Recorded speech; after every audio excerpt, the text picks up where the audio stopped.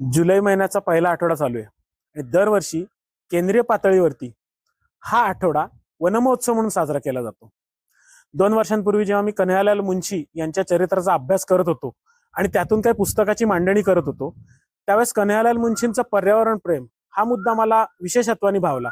ज्या काळामध्ये देशासमोर अनेक अन्य समस्या होत्या, त्या काळामध्ये केंद्रीय मंत्री या नात्याने मुंशींनी वनमहोत्सवाला सुरुवात केली.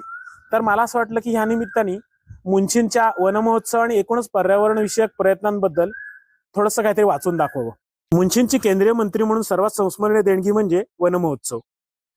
मुंशींची केंद्रीय मंत्री म्हणून सर्वात संस्मरणीय देणगी म्हणजे वनमहोत्सव.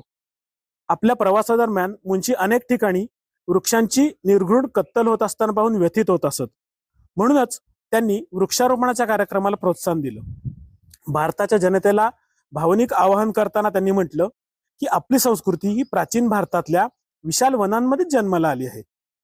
मुंशींचे हिंदू संस्कृतीचे असणारे धागे इतके घट्ट होते की केवळ वनांच्या उपयुक्ततेची आवश्यकता सांगून न थांबता वनांच्या सांस्कृतिक बंधांचाही या आवाहनामध्ये त्यांनी सहजपणे दाखला दिला.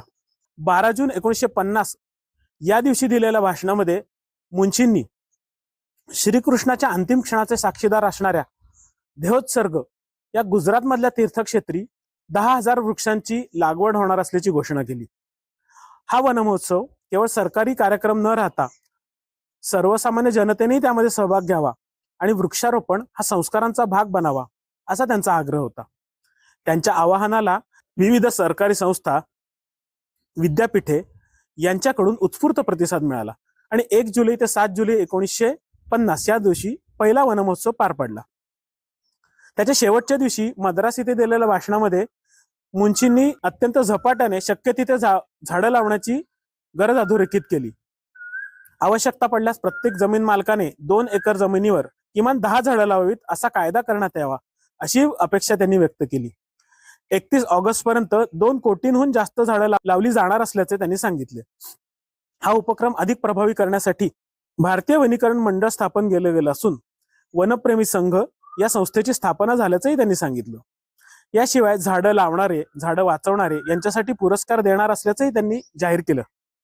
यातूनच सर्वाधिक वृक्षारोपण करणारा सर्वोत्तम जिल्हा, संस्था, व्यक्ती यांच्यासाठी पुरस्कारही ठेवण्यात आले. मुंशींच्या संकल्पनेतून जन्माला आलेल्या वनमहोत्सवाला मोठी लोकप्रियता प्राप्त झाली. मुंशींचा कार्यकाळ संपला तरीही वनमहोत्सव चालूच राहिला. दरवर्षी 1 ते 7 जुलै या कालावधीमध्येच वनमहोत्सव आयोजित केला जातो. मुंशींच्या अमिट वारशाचे हे जिवंत उदाहरण आहे.